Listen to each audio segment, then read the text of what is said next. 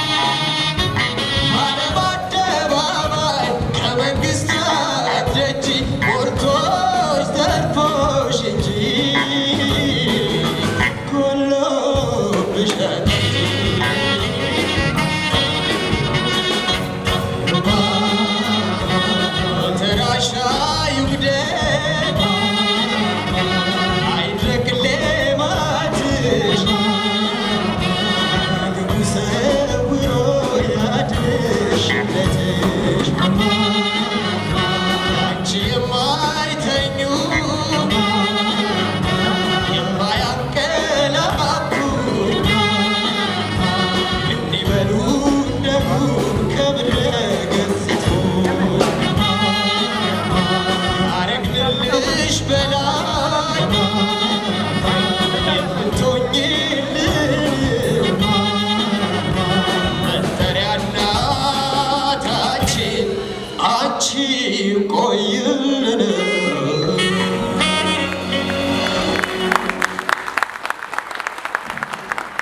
የኛ ኢትዮጵያ በየትውልዱ ሰንደቋን ከፍ አድርገው ስሟን በደማቅ ቀለም በከበረ ድርሳን እየጻፉ በተጉላት ጀግኖቿ ታፍራ እንድትከበር የሆነች ናት። ዛሬ ለመሰባሰባችን ምክንያት የሆነው ሻለቃ ፈይሳ ናኔቻ ከአንድያ ሕይወቱ ጀምሮ ስለ ሀገር ሁለንተናውን የሚከፍሉ ጀግኖች ባሉበት የመከላከያ ሰራዊት ተቋም ውስጥ ሆኖ ከ20 ዓመት በላይ የቀመረውን እሱነት ብዕር ከጠበንጃ ብሎ ስነ ግጥሞቹን በሚድርበት ሰርግ ላይ አድሞናልና ሁላችሁ እንኳን ደህና መጣችሁ። ሻለቃ ፈይሳ ናኔቻ ከነ ቤተሰቦች እንኳን ደስ አለህ ለማለት ወደ ክቡር ኮሎኔል ጌትነት አዳነ የመከላከያ ሕዝብ ግንኙነት ዳይሬክቶሬት ዳይሬክተር፣ ክቡር ኮሎኔል ማንያህለዋል ታደለ የመከላከያ ኪነ ጥበባት ስራዎች ዳይሬክቶሬት ዳይሬክተር፣ የተከበራችሁ እንግዶች፣ እጅግ የምናከብራችሁ በዚህ ውጥንቅጥ በበዛበት ጊዜ ያላችሁን ሁሉ ትታችሁ ሻለቃ ፈይሳ ናኔቻን መከላከያ ሰራዊቱን እንዲሁም ደግሞ ተቋማችንን አክብራችሁ እንደመጣችሁ ነውና የምናምን ሁላችሁንም እንኳን ደህና መጣችሁ ለማለት እወዳለሁ። በቅድሚያ ጥቂት የሙዚቃ አፍታ እንውሰድና ስለ ሻለቃ ፈይሳ ናኔቻ ለመግቢያ ያህል ትንሽ ብለን ወደ ሌሎች መሰናዶቻችን እንደረደራለን። ኢትዮጵያ ታጥቄ ጠንክሬ የምሰዋላት እኔ ስለ ሀገሬ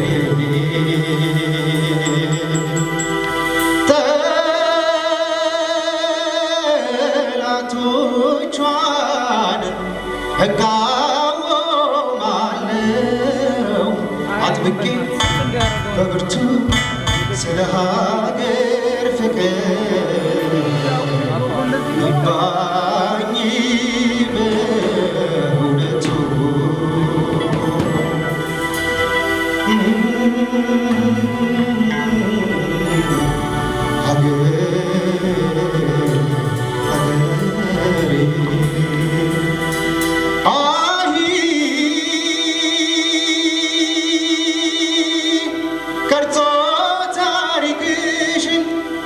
ሲመሰክር ድንጋይ ማንነት ግጅ ዳንቻንሽ ብታይ ከእድሜ ከሕይወት ሰስቼ ብነሳሽ ይራቀኝ ሰውነት ልርገፍ እንደ ጤዛሽ ታሪክ ያድርገኝ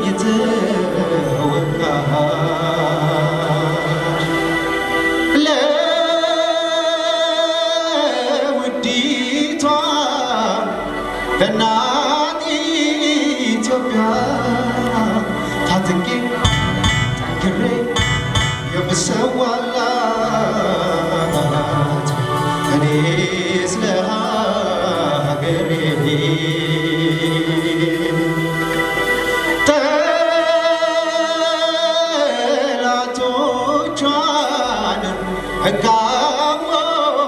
እቃወማለሁ አጥብቄ በብርቱ ስለ ሀገር ፍቅር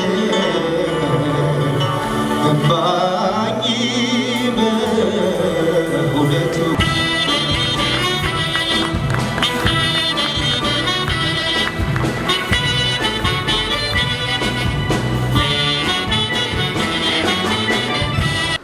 እስኪ አሁን ደግሞ ስለ ጸሐፊው ስለ መጽሐፉ ባለቤት ሻለቃ ፈይሳ ናኔቻ ትንሽ ነገር ልበልና ወደ ቀጣዮቹ መርሃ ግብሮች እንጓዛለን።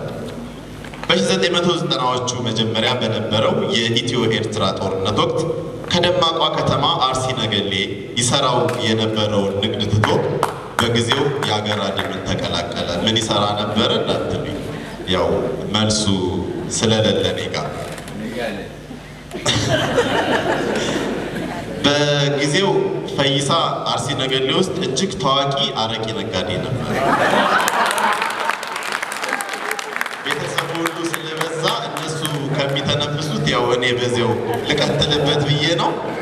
በጊዜው ኢትዮጵያን ለማዳን ሆ ብለው ከወጡ ወጣቶች ጋር ሲተም ግጥም፣ ወግ፣ ሀተታ እጽፋለሁ ውስጤ የሚመታታውን የኪነ ጥበብ ዛር ማስታገሻም ማስተንፈሻም መድረክ አገኛለሁ ብሎ አልነበረም። ያኔ ወጥተው በየዱር ገደሉ ዋጋ እንደከፈሉት የቁርጥ ቀን ልጆች እስከ ሕይወት መስዋዕትነት ከፍሎ አገር ለማዳን እንጂ። እሱ ወደ ጦር ግንባር ሲዘምት ለአገር ቢሆንም የነ ፈይና ኔቻ ቤት ግን ጨለመች። በቃ የቤተሰቡ ሞቶ ይሆን በሕይወት ይኖር ይሆን ጭንቀትን ግን ሁላችንም ወደ ጊዜው በዝነ ህሊናችን እንሂድና እናስበው። በቀደመው 19ኛ ጋሻ ክፍለ ጦር ውስጥ ከተዋጊነት በደረጃው መሪነት እስከ ሰው ሀብት ባለሙያነት ብሎ የክፍለ ጦር ሪፖርተርነት ብዙ ዋጋዎችን ከፍሎ አልፏል። ከሰሜን ዕዝ ሪፖርተርነት አሁን እስካለበት የመከላከያ ጋዜጣ ዝግጅት ዴስክ አስተባባሪነት እስኪደርስም ብዙ ውጣ ውረዶችን ከፈተና በላይ አልፏል። ሻለቃ ፈይሳ ናኔቻ ጨዋታ አዋቂነቱንና የተግባቦት ልኩን ላየ እንደ አንድ ሰው እንደ አንድ የአምላክ ፍጡር የሚከፋው የሚጨንቀው አይመስልም። ያው ሰውን በሆነ ገጹ ለይተው ተቀጽላ ይሰጡ የነበሩት የዚያ ጊዜ መሪዎች እንኳ በሰበብ አስባቡ ከስሙም ተነስተው ፈይሳ ናኔቻ ጫላማ ድብን ያልከው ነግነ ጠባብ ነህ ሲሉት ያው የማይችልበትን ቀስ ያለ የለሆሳስ ንግግር ያሰላና ያው ፈየ ቀስ አድርጎ በሚስጥር መናገር አይችልም። ትምክተኛ በለኝ ብሎ በስነ ግጥም ቋጠሮ ገምጋሚ ባለ ጊዜዎችን የሚገመግም ሞጋጅ ሰው ነው ሻለቃ ፈይሳ ናኔቻ። ፈይሳ ናኔቻ ብሔር አልባ ሰው ነው። አገሩም ብሔሩም ሃይማኖቱም ገጥሞላትም ጽፎላትም ተናግሮላትም አወድሷትም ወጥቶ ወርዶላትም የሚሳሳላት ኢትዮጵያና ኢትዮጵያ ብቻ ናት።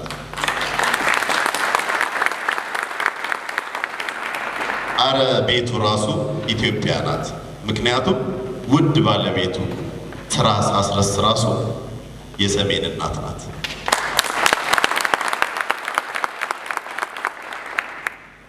ስለ ኢትዮጵያ መኖር ያስደስተዋል፣ ያኮረዋል። ጠላቶቿን ገራፊዎቿን አምርሮ ታግሎላታል። ስለ ክብሯም ተቀኝቷል። ካውዱ ዘልቆ በጠመንጃው ስለ ክህደታቸው በሰላ ብዕሩ የእመት ኢትዮጵያን ጠላቶች በመፋለም ዘልቋል። ድላችንንም ዘግቧል፣ ከትቧል። እስካሁን ሻለቃ ፈይሳ ናኔቻ እንደ ወታደር አንድ ከፍተኛ መኮንን፣ እንደ ሙያተኛ የጋዜጣ አምድ አዘጋጅ፣ ገጣሚ ብቻ ሳይሆን በብዙ ፊልሞች፣ የሙዚቃ ክሊፖች፣ የቴሌቪዥን ማስታወቂያዎች ላይ ያየነው ምርጥ የባላገርም የከተሜም ተዋናይ፣ የሬዲዮ ድራማ ጸሐፊ፣ ሌላም የሆነ ባለድርብርብ ተሰጥኦ ባለቤት ነው። በየቅጽበቱ መሞነጫጨር የሚወደው ፈይሳ ናኔቻ ከዚህ በፊት ከሙያ ባልደረቦቹ ጋር በመሆን 2 የሥነ ግጥም መድብሎችን ለአንባቢያን ያበቃ ሲሆን አሁን ላይ ራሱን ችሎ ያሳተመውና ዛሬ የምንመርቀው ብዕር ከጠመንጃ ግን ልክ እንደ አብራክ ኩባዮቹ ኢንጂነር ታሪኩ ፈይሳ በቀጣይ ሳምንት የሚመረቅ ከባህር ዳር ዩኒቨርሲቲ ታሪኩ ፈይሳ ናኔቻ የሚባል አንድ ኢንጂነር ልጅም አድርሷል። ባጋጣሚ እንዲሁም ደግሞ በዚህ በመካከላችን ደግሞ ኩብ ብሎ የሚታይ አንድ ባለ ብሩህ አእምሮ የቀድሞ 44ኛው የአሜሪካ ፕሬዝዳንት ባራክ ኦባማ ልክ ባለ ሲመታቸው ሰበር ዜና ተብሎ ሲነገር መቀሌ ላይ የተወለደ ባራክ ኦባማ ፈይሳ ናኔቻ የሚባል አንድ ባለ ብሩህ አእምሮ እኔ ላበቃ ነው። ፈየ በብዙ የሚገለጽ ማንነት ያለው ስለሆነ እንዲህም እንዲያም ተዘርዝሮ አያልቅም። በቃ ፈየ ብዙ አለቀ። አሁን ደግሞ ሻለቃ ፈይሳ ናኔቻ እስኪ ወደ መድረክ ይምጣና እናንተንም እንኳን ደህና መጣችሁ ብሎ የውስጡን ይተንፍስ። ያው ብዙ መድረኮች ላይ ስለ ብዙ ተናግሮ ያውቃል። ዛሬ ደግሞ እኛም ስለ እሱ እንናገር፣ እሱም ደግሞ ስለ ራሱ ይናገርና እባክህ ፈየ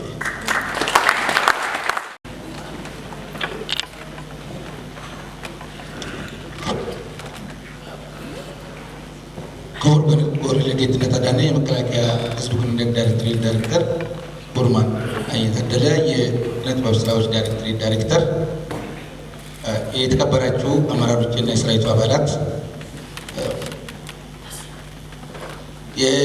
እንግዲህ ሌላ ጊዜ ስለ ራስ መናገር ሌላ ጊዜ እንደመናገር ቀላል አይሆንም። የተከበራችሁ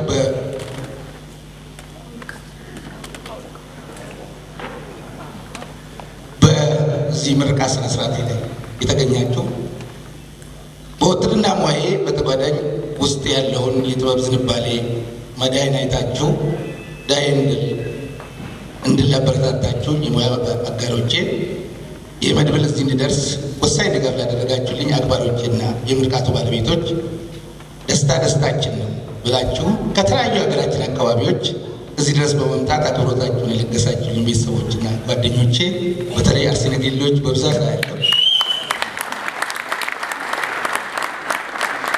ከሁሉ አስቀድሜ በታላቅ አክብሮት እንኳን ደህና መጣችሁ እላለሁ። ከዛሬ 23 ዓመታት በፊት በለጋ ወጣትነት ዘመኔ የውትድርና ህይወትን የተቀላቀልኩት ፍላጎቴ አገሬ ወድቄላትም ቢሆን ክብርና ታሪኳን ማስቀጠል የዜግነት ግዴታዬ መሆኑን አምኜ ነው። በእኔ መስዋዕትነት የታሪክ ባህል የራስ ማንነት ባለቤት የሆነው ህዝቤ አንገቱን ቀና በማድረግ ክብሩ ከልኩ እንዳይጎድል ማድረግ ከቻልኩ እድለኛ ነኝ የሚል እምነትንም ሰንቄ ነው የውትድርና ህይወትን የመረጥኩት። ነገር ግን የእጅ በተመታች ቁጥር እንደ ምስማር የምትጠብቅ በተገፋች ልክ ወደ ተስፋ የምትንደረደር ውብ አገር ዜጋ አድርጎ የፈጠረኝ አምላክ የኔ ፍላጎት ሳይሆን እሱ በእኔ ላይ ያለው ዓላማ በልጦ በጉልምስናዬ በዚህ መልኩ ከፊታችሁ እንድቆም ስላደረገኝ ፈጣሪን እጅግ በጣም አመሰግናለሁ። በአንድ ወቅት አንድ የተቋማችን ከፍተኛ አመራር እንደተናገሩት ውትድርና እስኪደክሙ ሳይሆን እስኪሞቱ መስራት የሚጠይቅ የሙያ ዘርፍ ነው። በውትድርና የሀገር ፍቅር የሚገለጸው ያለንን ጊዜ፣ ገንዘብ፣ እውቀት፣ ጉልበት፣ በጎ የለውጥ ሀሳብ በመለገስ ብቻ አይደለም። ለአንዴ ብቻ የመኖራትን ህይወት ወደንና ፈቅደን ፈገግ እያለን እለግሳት ዘንድ ፍላጎት፣ ተነሳሽነትና ድፍረት የሚያላብስ ሙያ ነው። በ23 ዓመታት የሙያ ቆይታዬ ይህንን እውነት በሚገባ አይቻለሁ። ዛሬ እዚህ መድረክ ላይ የቆምኩት ኢትዮጵያን ለማቆም የወደቁ አካላቸውን ያጡ የተቋሚ የመከላከያ ሰራዊት አባላት በእነሱ ላብ ደምና መስዋዕትነት ጭምር ነውና ክብር እንድትሰጡልኝ በታላቅ ትህትና የፌዴራል መከላከያ ሰራዊት ያልተጻፈ እንጂ ያልተሰራው ታሪክ የለም። እንኳን በእና ምድሩ ድንበር ተሻግሮ የባዕዳንን እንባ አብሷል። ብዕር ከጠመንጃ የሚል ርዕስ የሰጠሁት በግሌ መጀመሪያ በጋራ ደግሞ ሶስተኛ ስራዬ ነው። ይህ በስነ ጽሁፍ ዘርፍ የበኩሌን ለማበርከት የጣርኩት ሙከራዬ በጥበቡ ሙያተኞች መነጽር ሲፈተሽ ብዙ ጸጽ የሚገኝበት መሆኑን ብረዳም ሰራዊቱ መስራት ብቻ ሳይሆን ገድሉን የማስቀረት ልምድ እንዲኖረው ቀደምቶች በጀመሩት የአርአያነት ተግባር ላይ የበኩሌን ማቀል ይገባኛል እምነቴን ከወዲሁ እንድትረዱልኝ እፈልጋለሁ። ቀደም ሲል ስለ ውትድርና ሙያ እንደተናገርኩት ለሀገሬ ኢትዮጵያ ጠመንጃ ስልቴ ተዋግቻለሁ። በተቋሙ የሰው ሀብት ባለሙያ ሆኜም ሰርቻለሁ። በሰራዊት ልሳን በሆነው ወጋገን ጋዜጣ ቅድም እንደተገለጸው ጋዜጣ ላይ ከጀማሪ ሪፖርተርነት እስከ ዴስክ አስተባባሪነት ደርሻለሁ። ስሟን ጠርቼ የማልጠግበው በአረንጓዴ ቢጫና ቀይ ቀለም ልቤ ላይ ተስላ ለምትኖረው ከጊዜያዊ ችግሯ በላይ ተስፋዋ እንደ አደይ አበባ ፈክቶ ለምትታየኝ ኢትዮጵያ በብዕርም በጠመንጃም የአቅሜን ያህል መዋጋቴን ላስታውሳችሁ ደፍራለሁ።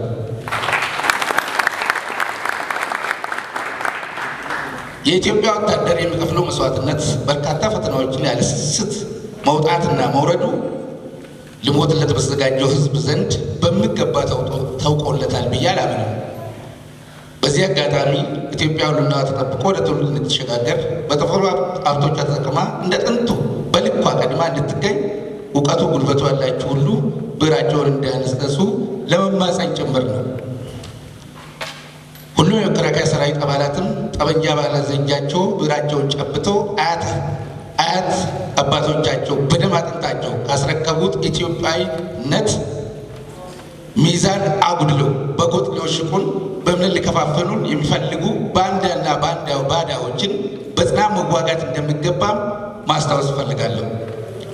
እኛ የመከላከያ ሰራዊት አባላት የካበተ ሀብት፣ የከተማ ቤት ወይም የገጠር መሬት ላይኖረን ይችላል። ይህ ሊያሳስበን አይገባም።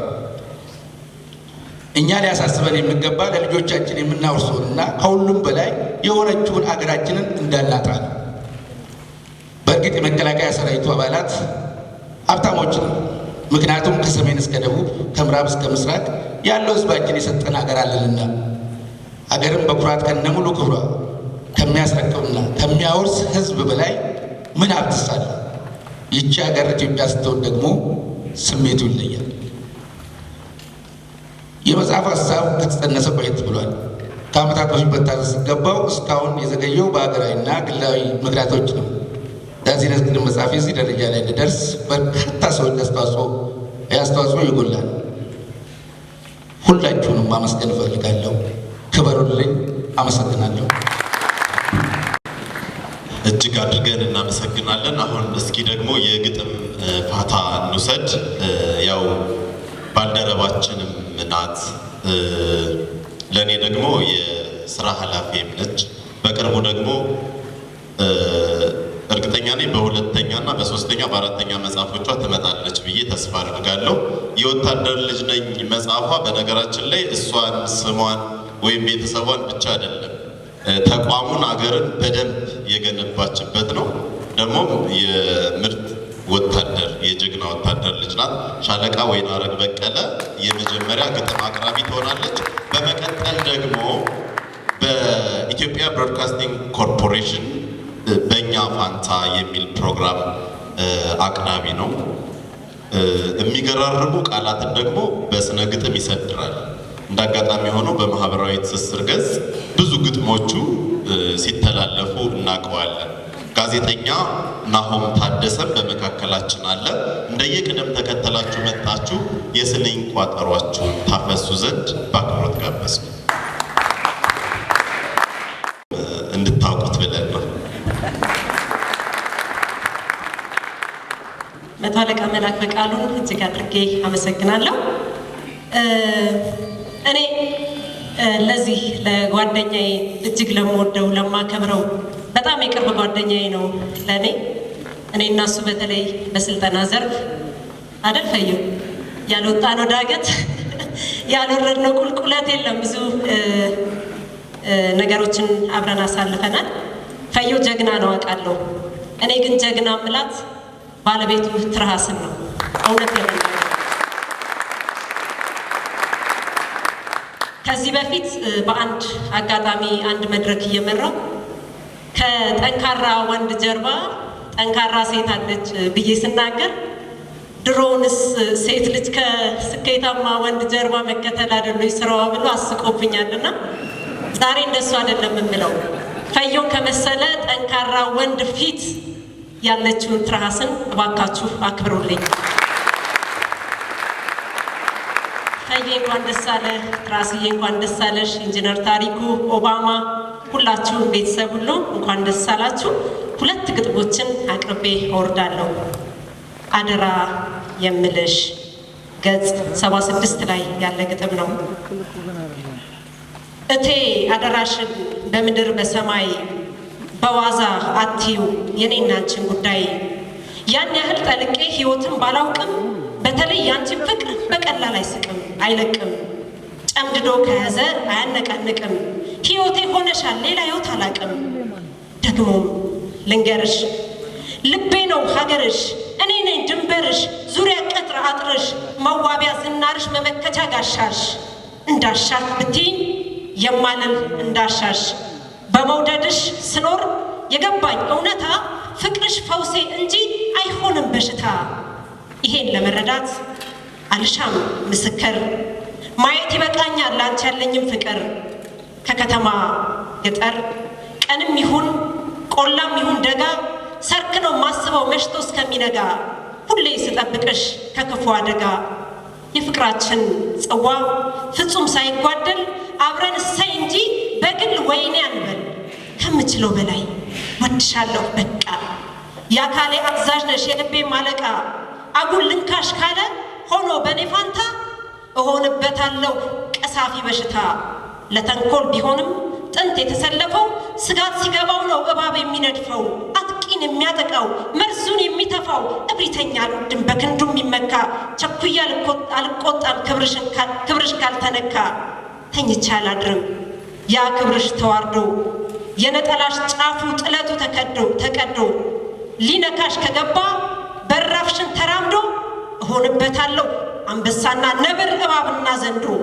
የማልሆነው የለም ቁጣዬ በረታል ለጸጸት አይደርስም። እንዴት ይጸጸታል በደፈረሽ ቅስበት ጅስሚው ይበጠሳል። ባስቶ ተቦጫጭቆ ተነድፎ ይሞታል።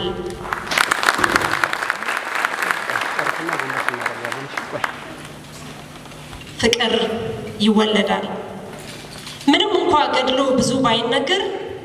አድዋ ላይ ሆኜ ያኔ ስንወረር ተዋጊ ነበሩ መሰንቆና ክራር። ወኔ ጽናት ወልደው አድነዋል ሀገር። ሀገሬ ጠቢቧ ብዕሩን ካነሳ ክብሯን ከገለጠ ታሪኳን ካወሳ ለትውልድ ነፃነት ለድል ካነሳሳ ከጎናችን ሚቆም አንፈልግም ሌላ። በሀበሻ ምድር ኒውክለር ተብላላ። ቴዎድሮስ ሚኒሊክ በላይና አብዲሳ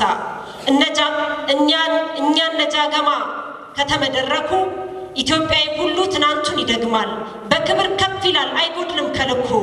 እነው መርሰ መተር አሉላና ዘራይ ገረሱና ባልቻ ስማቸው በቂ ነው ለባዳና ባንዳ እኩያን ዘመቻ። የጣይቱን መንፈስ እንዲወርስ ትውልዱ መዳረሻ አውዱ ጥበብ ነው መንገዱ። የአያቶቹን ገድል የሚያውቅ ጠንቅቆ ጽናትን ተላብሶ ተስፋውን ሰንቆ ብርሃን አልሞ ይጓዛል ርቆ።